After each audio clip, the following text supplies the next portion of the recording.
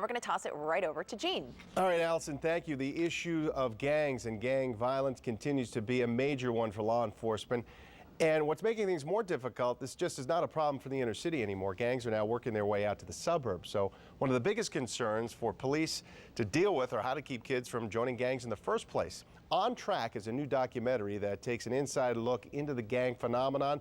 It features firsthand accounts from former gang members who describe the devastating impact these groups can have and the violence related to them. We're joined this morning by Middlesex District Attorney Jerry Leone to talk more about this documentary and DVD. First of all, Jerry, give us a sense, give us an idea, how bad is the gang situation in the first place?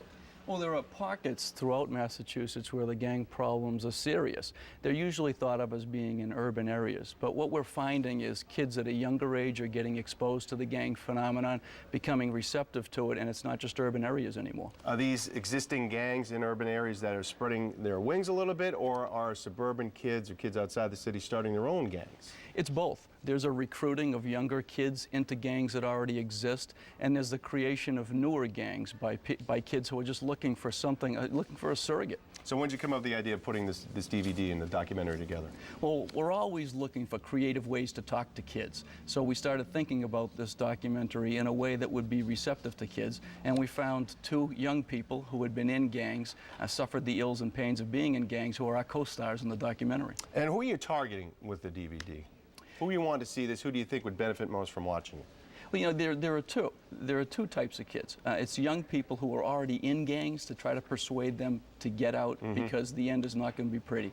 And the other is kids who are thinking about joining gangs, either because it's a surrogate for a lack of love and, at home and acceptance at home, or maybe it's because they like the material wealth that comes with this whole gang falsehood phenomenon. When these kids watch this, and maybe parents as well, or whoever's viewing the documentary, what do you hope that they walk away from watching this thing with? What type of experience, what type of knowledge, what do you hope they're getting from it?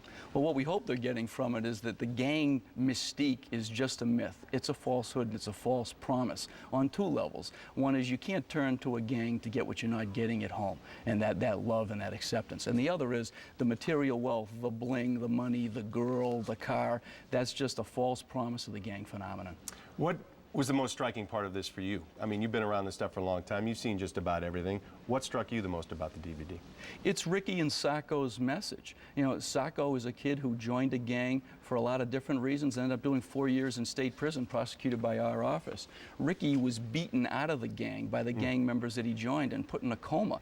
And both of these young men are out on the streets in Lowell talking to kids about the false promises that the gang phenomenon creates. Were you surprised at their willing participation in this? I'm not. We've really created strong partnerships in areas like Lowell where we have young people who've learned the tough lessons of being in a gang saying, I want someone else to learn from what I've gone through. Now, I know you spoke to like 100 school officials in Lowell as the DVD came out, I believe, on Monday. What was their reception? What type of feedback did you get from those folks?